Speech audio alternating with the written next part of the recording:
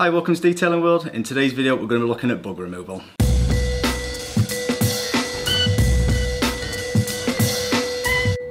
Hi, so welcome back. If this is your first time here, my name's Matt, and as I say, today we're going to be looking at removing bugs from the front of your car, you know, the wing mirrors and all that kind of area. So for those who follow me on Instagram, you'll know that recently I've just been on holiday. I've just done a 300-mile round trip down to Heathrow Airport and back, and on the way back, it was an early morning drive, like 2 AM, it picked up a lot of dead bugs. So yeah, today we're going to give the car a quick wash and look at trying to remove those. Before we get into this, if you could give this video a quick like, and if you're not subscribed already, please do consider subscribing as well, and also make sure you check out our social media channels. They're all linked below, so that's Instagram mainly, we're also on Facebook and Twitter as well. So as with anything, whether it be polishing or tar removal, you will always want to start with the least harmful, the least abrasive way of removing a defect, be it, as I say, a scratch, a dot of tar, dead bugs, iron, whatever. You want to start with the least aggressive method if you can. So yeah, first of all, we'll take a quick look and see what the situation is on here.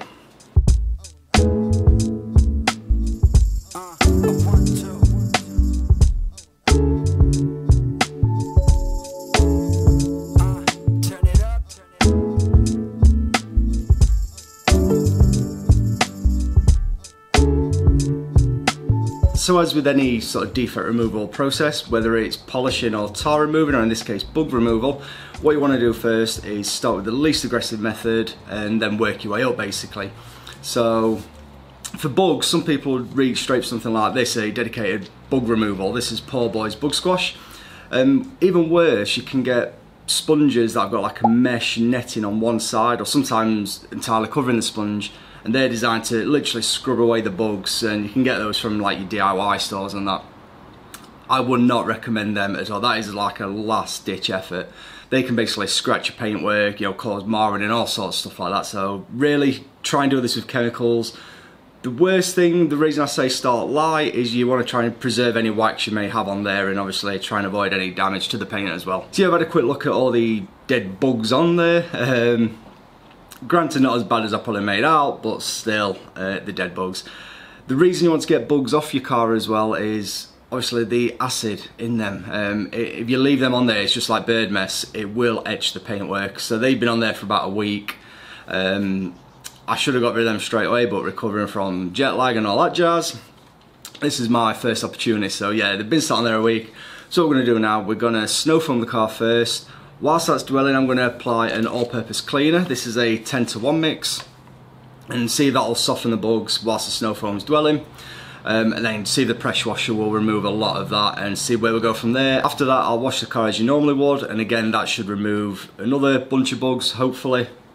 And then if there's still any bugs remaining, that's when we'll then start looking at either a stronger all-purpose cleaner, a degreaser, that's a good use as well, or just a dedicated bug remover. So yeah, we'll crack on in the car wash then.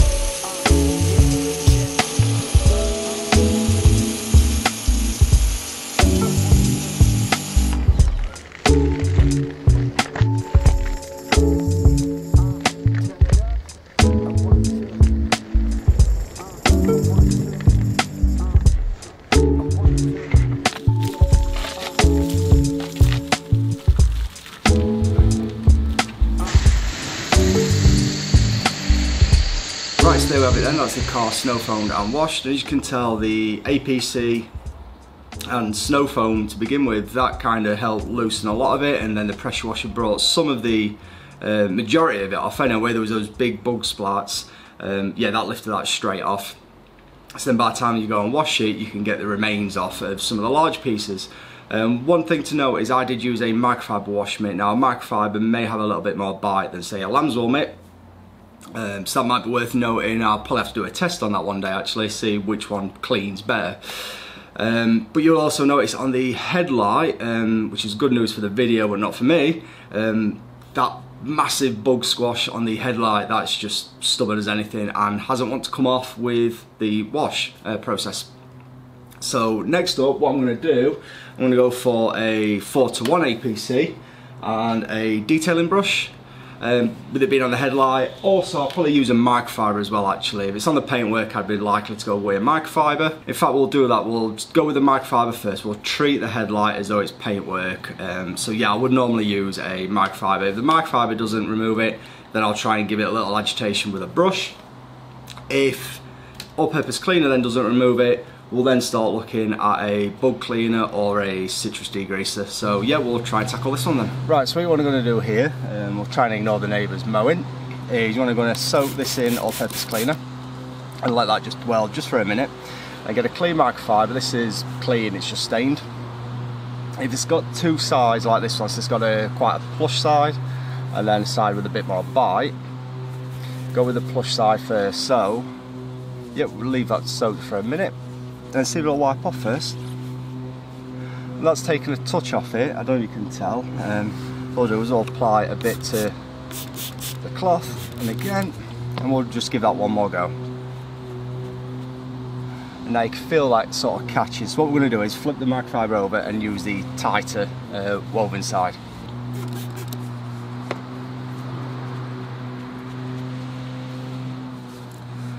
Right, so as you can see, there's still a little bit just around here. So what we'll do now is we'll take a look at using a bug cleaner. Right, so I'm just going to mix some bug cleaner up. And this is the Poorboys bug squash, and it's a 3:1 mix, so 100ml of bug cleaner, and 300ml of water, 400ml in there. So again, we're just going to soak the affected area with that, and we'll just let that dwell just for a minute or two. If this doesn't work, then I bought the bottle out. It's got a flip lid. And we'll go neat, and again use another fresh clean cloth for this.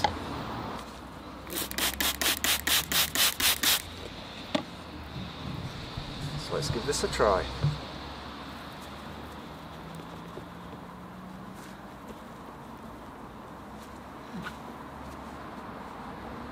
And that has pretty much got that. Let's just wipe that dry. There's a few spots there, I'm not sure if you can make that out on camera. So I'll just hit that one more time.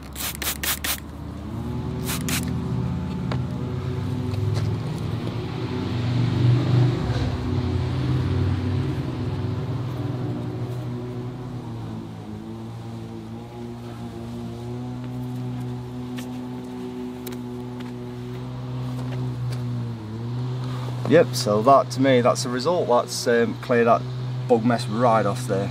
So what you want to do now is rinse this. Often if you're using this neat, it can remove any waxes and that. It can be as sort of potent as tar remover. So yeah, we'll give this a rinse, dry, and we'll go back inside.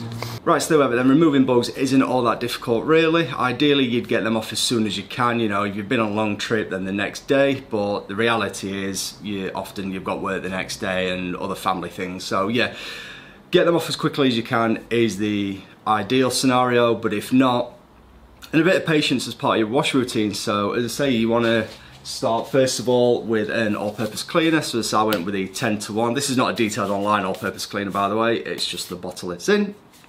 So I went with a 10:1 all-purpose cleaner to start with, and snow foam on top of that. That helps loosen basically the remains of the bugs, the acid internals of the bugs. And then obviously your wash process follows that after to get, you know, all the dirt, the bird crap, the bugs, everything off there. If you've still got some bug juice left over, then obviously step it up a notch with a 4:1 all-purpose cleaner, or you could possibly even go neat. Very rarely I use neat, but I've always got 10:1 and 4:1 bottled up. So 4:1 all-purpose cleaner will be the next logical step. As I say, you want to go from least aggressive to most aggressive, work your way up. I think the final stage would be sort of clay barring them really before you then went on to machine work, but you shouldn't be polishing with dead bugs on your car. If all-purpose cleaner doesn't work, then this is where you start getting onto dedicated products. As I said, there are sponges out there with sort of meshing on them, it's like a net. I really wouldn't use them because they'll just scratch your car.